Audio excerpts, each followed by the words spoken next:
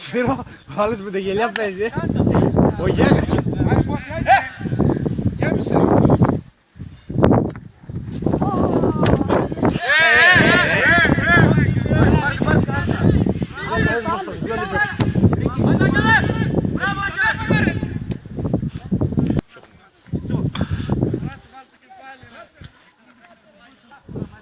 Μήτρατσα λίγο περνάει το λεωφορείο, πας στη βρύση ρε.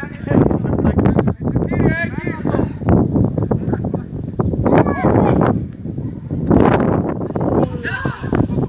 Άιντε ρε.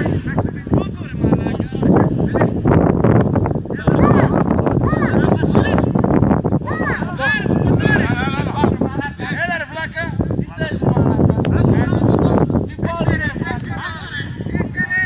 Δεν πειράζει, και τι έγινε. Μα και τι έγινε, δεν πειράζει. Κάντε τείχος, τείχος. Τείχος κάνε, Διούδης, τείχος. Τείχος κάνε, όχι εκεί πριν τείχος, εκεί μπροστά.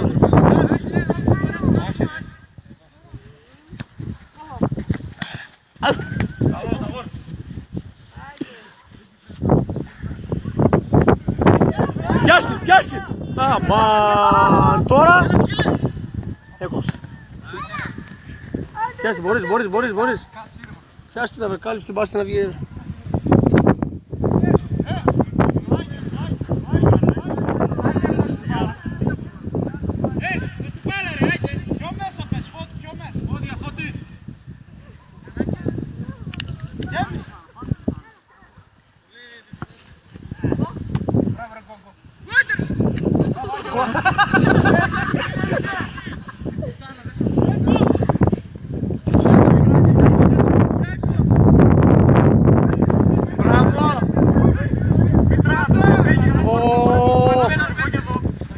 Πάλι.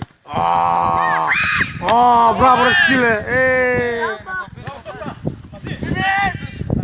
Μην βιάζεις να την παίξεις την μπάλα.